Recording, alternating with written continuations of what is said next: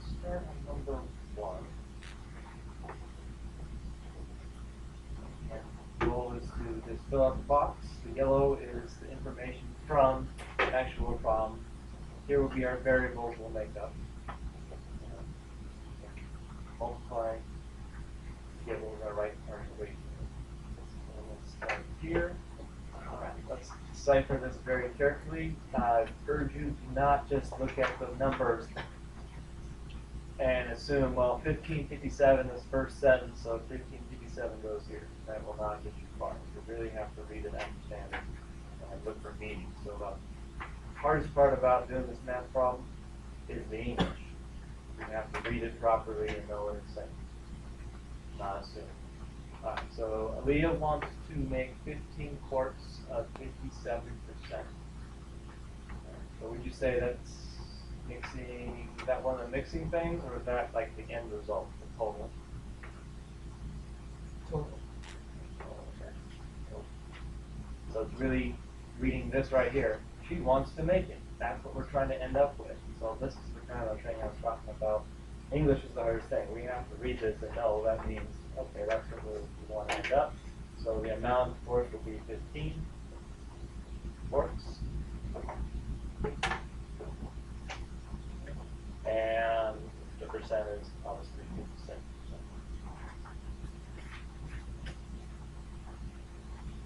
And it says we're going to get that by mixing together a 45% alcohol solution with a 60% alcohol solution.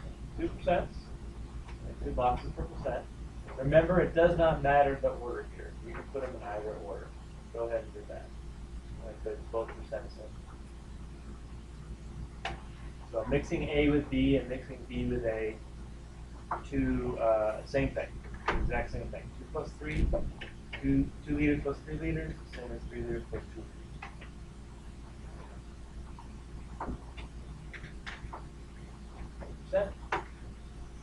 Percent. So that's all the information we're going to get from here. And the last part is how much of each solution. So what will the end result look like once we've solved and everything? What will the end result look like? Will it be 1 number, 2 numbers, 3 numbers, a number of percent? How will we know when we're finished with the problem? What answers this question? What information will answer that question?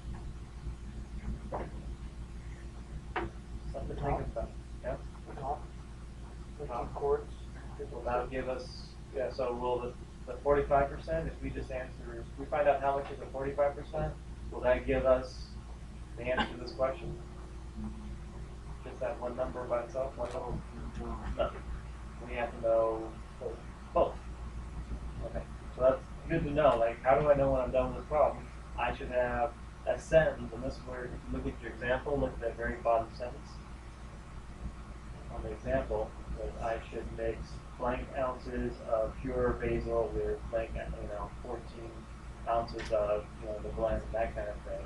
So same thing here. They want to know how much of each. So at the end of this problem, if you just have, oh, it's 2, you know you haven't really answered the question all the way. Here's how I recommend you go through this, because the second one, we're just going to call that D. We don't know how much it is, that's why we're trying to solve this problem. We're talking about how much. I'm going to say it's B amount. I don't know how much. Something unknown. Don't write this down, but I showed you this yesterday. That if we have 2 amounts are added together, right? And they add up to a large amount. And in this case, it's 15 quarts. Right? Let's say this was 6 quarts. How much would this one be? 9. 9, right? 15 minus 6 is 9. If this was, 5 quarts, how much would this be? 10. So, if this is B quarts, this would be 15. 15 minus 6 is 9. 15 minus 5 is 10. 15 minus B is 15 minus 15. So, no matter what, 9 plus 6 is 15. 10 plus 5 is 15. 15 minus b plus b is 15. If you just cancel out, 15 equals 60. So we do 15 minus b. Well, we don't know. So when we solve this equation, our answer will tell us, well, b equals this number. That's how much of the 60%. But you still need to find out how much of the 45%. So, you know, would be, whatever my answer was, take away 60. So that's how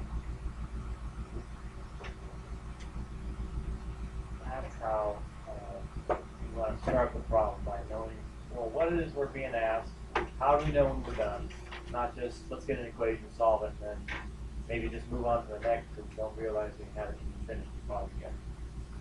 Alright, so that's kind of the hardest part. After this,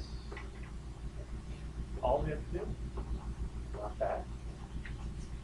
Always happens. Convert the percent to the decimal. So let's do 0.45. That's 15 minus b. And 0.60 times b.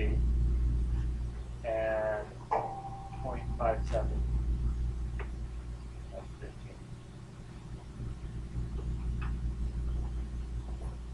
The only thing that's different on this third column is that I converted all these by moving the decimal.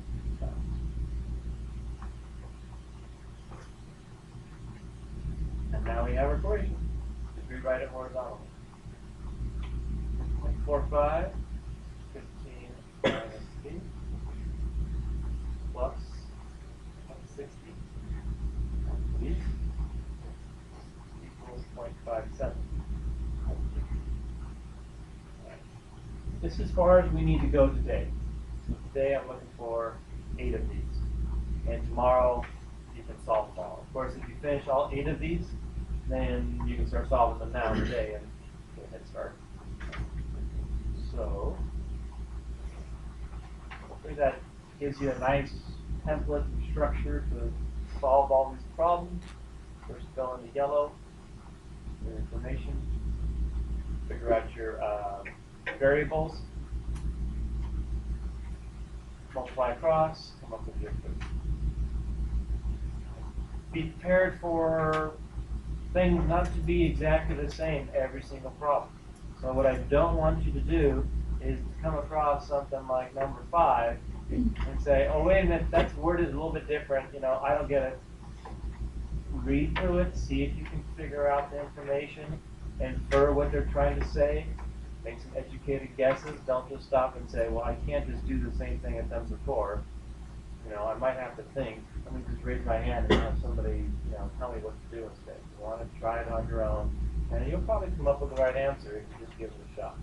Use your example that we did yesterday for this. That'll help you a little bit. First, let's go ahead and number 3. Let's start that. Go ahead and fill in the yellow sections. Let's see what you do. Just fill in just the yellow, see how it goes.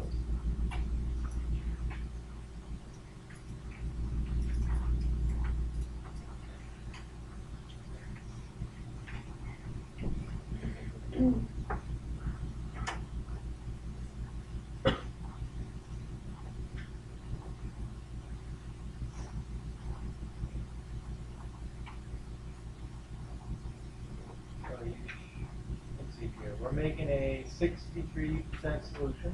Yeah, that's good. And we're mixing together, what, a 38 and an 88.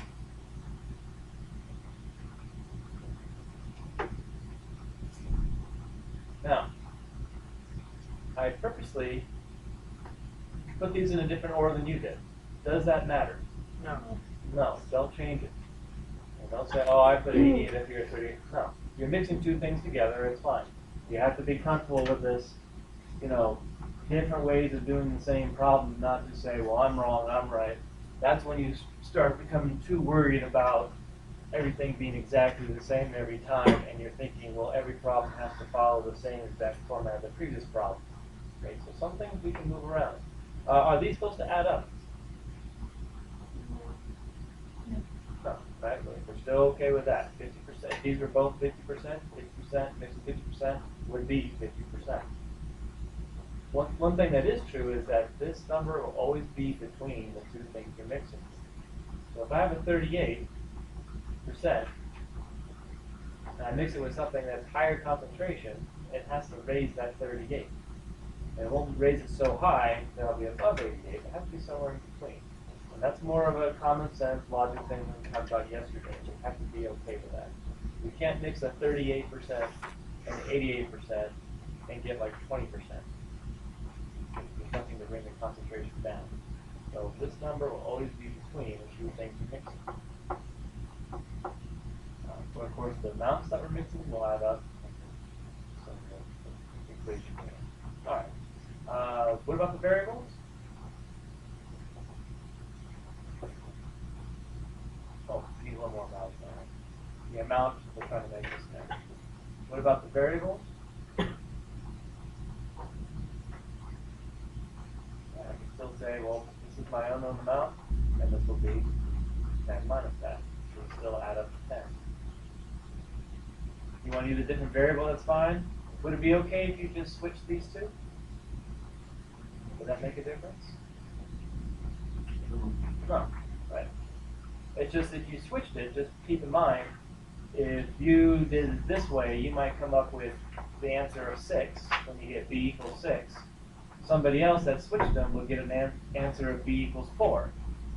You just found the other answer. So 6 and 4 both add up to 10, and you're going to have to find both of them anyway.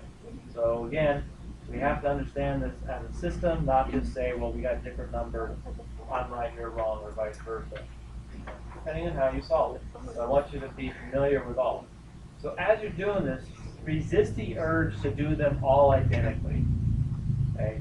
Resist that urge. Go ahead on the next problem. Maybe switch this order here. And switch, the b's on top and the 10 minus b is below. Switch that order. And prove to yourself you get the same answer either way, and then also understand why that is. Why is that? All right. So go ahead and finish the last column, and then write the equation down below so I can see. We all know what we're doing.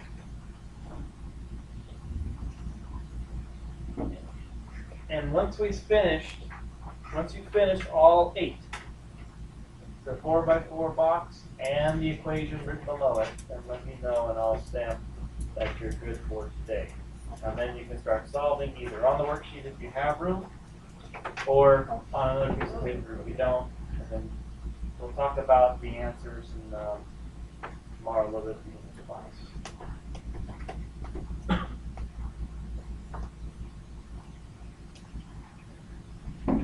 I would recommend also one last thing. Something like a number 5.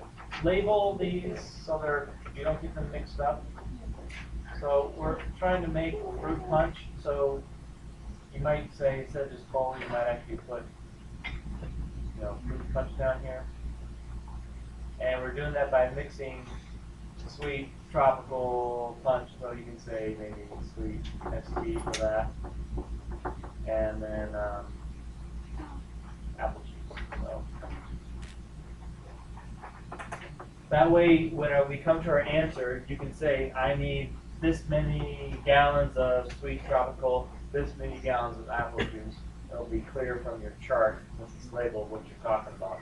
If you just get an answer of, 6, I'm going to say 6 what? You might say 6 gallons. I'll say 6 gallons of what? And you're like, I don't know.